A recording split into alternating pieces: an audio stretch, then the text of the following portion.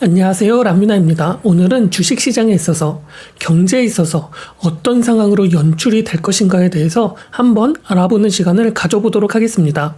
지금 대부분의 사람들은 지금의 주식시장에 있어서 어떻게 될 것인지 무척이나 궁금해하고 있는 사람들이 많이 있는 것 같습니다.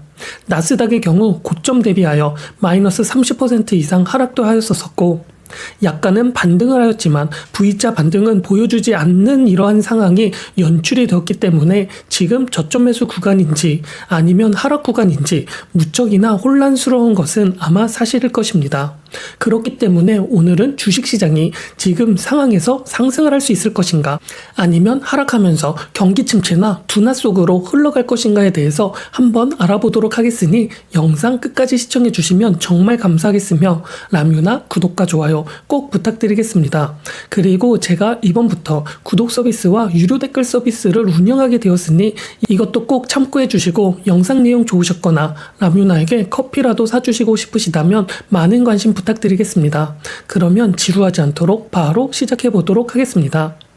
지금 어떻게 본다면 전 세계가 트럼프의 입에 의하여 움직이고 있습니다. 즉, 트럼프가 실행하고자 하는 관세 정책으로 인하여 무역 전쟁이 격화되고 있으며 특히 중국과는 심한 상황에 놓여 있기도 하고 있죠. 그렇다면 이러한 상황에서 앞으로 어떻게 될 것인지 궁금하다면 우리는 2018년 트럼프 1기 때 상황을 한번 알 필요도 있습니다. 왜? 지금 이 상황이 트럼프 1기 상황과 무척이나 유사한 시나리오로 진행이 되고 있으니까 말이죠. 그렇게 2018년 트럼프 1기 상황과 2025년 트럼프 2기 상황을 한번 비교해 보자면 굉장한 공통점을 우리는 알 수 있을 것입니다. 앞으로 어떻게 될지 예측도 가능하고 말이죠. 지난 2018년의 경우 미국은 무역 적자를 해소하기 위하여 각국에 높은 관세를 부과하게 되어버립니다. 이렇게 트럼프가 관세를 부과하게 되니 당연히 중국은 반발하기 시작하였고 미국산 농산물에 대하여 보복 관세를 부과하게 되죠. 이렇게 처음에는 간단한 무역 분쟁으로 시작이 되었지만 나중에는 중국과 미국이 최첨단, 첨단 기술 패권을 가지고 서로 전쟁을 하게 되어버리면서 반도체가 핵심이 되어버리면서 전쟁이 확대되기 시작합니다. 어떻게 보면 지금 상황과 같은 상황이 일어나고 말았습니다. 그렇게 2018년의 경우 이러한 관세 전쟁이 처음 시작이 되었을 경우 전문가들은 미국도 인플레이션이 심해지고 중국 의존도가 높기 때문에 단기간으로 끝날 것 같다고 예상을 하였지만 상황은 더 악화되고 계속 진행이 될 뿐이었습니다. 이렇게 트럼프 1기 때에는 미국이 중국에게 평균 관세를 2.5% 정도에서 20%까지 올려버리는 상황이 연출이 되기도 하죠.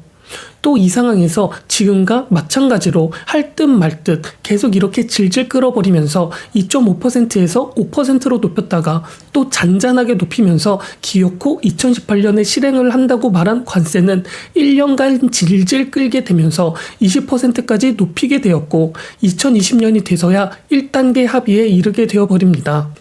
또 결과론적으로는 트럼프 1기 때 관세 정책은 무역 적자도 계속 늘어나게 되어버리면서 실패를 하게 되어버리는 정책이 되었습니다.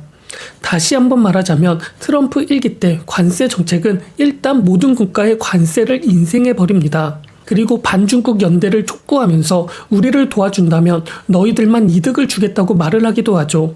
이렇게 유럽이나 일본, 우리나라, 호주 등에게 함께 중국과 싸울 것을 요구하며 불공정 무역을 행사하였습니다. 또 중국에 공장을 건설하게 된다면 중국한테 기술도 절도당하고 기업의 인력들도 뺏기며 특히 하웨이 같은 기업의 경우 보안이 우려가 된다면서 위협을 계속 강조하였습니다. 그렇게 하웨이 사용 금지를 요구하면서 하웨이는 5G 인프라 장비에서 전 세계적으로 상당히 철수를 하기도 하였고 말이죠. 그렇다면 트럼프 1기 때 중국은 어떤 식으로 전략을 세우고 대응을 했을까요? 중국의 경우 쌍순환 전략을 사용하여 내수 시장을 확대하였고 외부 시장에서는 협력을 강화하기 시작을 합니다.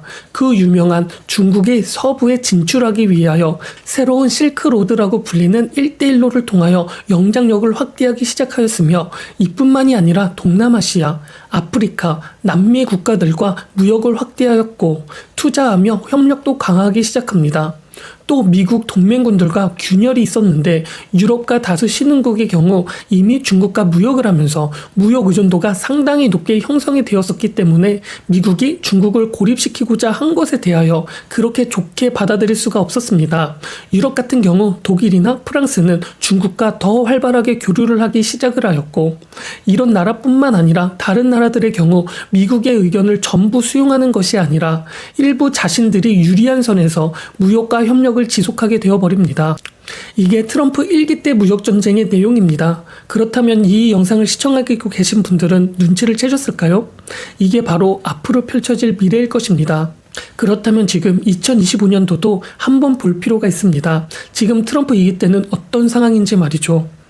일단 트럼프가 상호관세를 부과하게 되며 다른 나라의 경우 미국에 반발을 하지 않고 지켜보는 상황이 있었지만, 중국은 바로 미국에게 보복관세를 미국만큼 부과하게 되어버리면서 미국은 전 세계를 상대로 보복관세를 하지 않았던 나라들에게 90일간 관세를 유예시켜 주겠다고 하면서, 또 보복관세를 한 중국에게는 더 큰 관세를 부과하면서 미국에게 보복하면 이렇게 되는지 알려주게 되어버립니다. 그러면서 미국은 협상의 길은 열려 있으며 중국을 같이 공격하자고 꼬드기기 시작을 하며 자동차, 반도체 이렇게 특별한 기술에 대하여 별도 관세를 매기겠다고 중국에게 선포를 하게 되어버리는 상황이 나타나게 되죠. 아마 이러한 행보는 2018년과 비슷한 방향으로 갈 가능성이 큽니다. 중국을 고립시키는 방향을 더 선택을 할 것이고 정책 및 첨단 기술 전쟁으로 돌입하게 되어버리겠죠. 그러면 또 이렇게 된다면 또 어쩔 수 없이 중국과 무역 의존도가 높은 나라들은 중국에게 호의를 베풀면서 협력을 강화할 것이고, 중국 고립에 대해서 유럽은 비협조적으로 나올 가능성이 클 것입니다.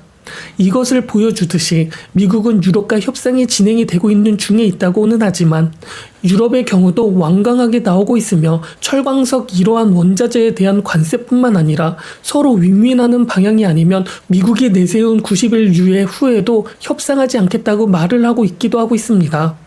이렇게 모든 나라들이 중국과 미국에게 눈치를 보게 되어버리면서 서로 유리한 쪽으로 관세 협상이 이루어질 것이며, 결국 미국과 중국도 어느 정도 선에서 합의가 이루어지는 것이 아마 정해진 운명일 것입니다. 이게 가장 큰 틀에서 일어날 관세 전쟁의 흐름이지만 2018년과 조금 다르게 반도체 부분에서 인공지능 칩이 가장 핵심적인 관세 전쟁 타이틀이 될 것이며, 인공지능 부분에서 관세가 어떻게 흘러갈 것인가를 주목을 할 필요도 있게 되어버립니다. 또 이러한 관세 전쟁의 시작이 2018년과 2025년과를 비교를 했을 때 다른 부분이 있는데, 바로 관세 전쟁으로 인하여 생겨나는 인플레이션이 지금 가장 큰 변수로 다가오고 있다는 것입니다. 2018년의 경우 관세 정책을 했음에도 불구하고 처음부터 물가가 그렇게 높은 상황이 아니었으며 금리도 높은 상황이 아니었기 때문에 트럼프는 부담감이 없이 관세 전쟁을 시작을 하였고 인플레이션의 눈치를 보지 않는 상황이었었습니다. 그렇기 때문에 관세 정책을 시작한다고 했을 때 그 당시에만 주가가 하락을 하고 다시 반등을 하는 모습을 보여주었지만 지금은 아니라는 것입니다.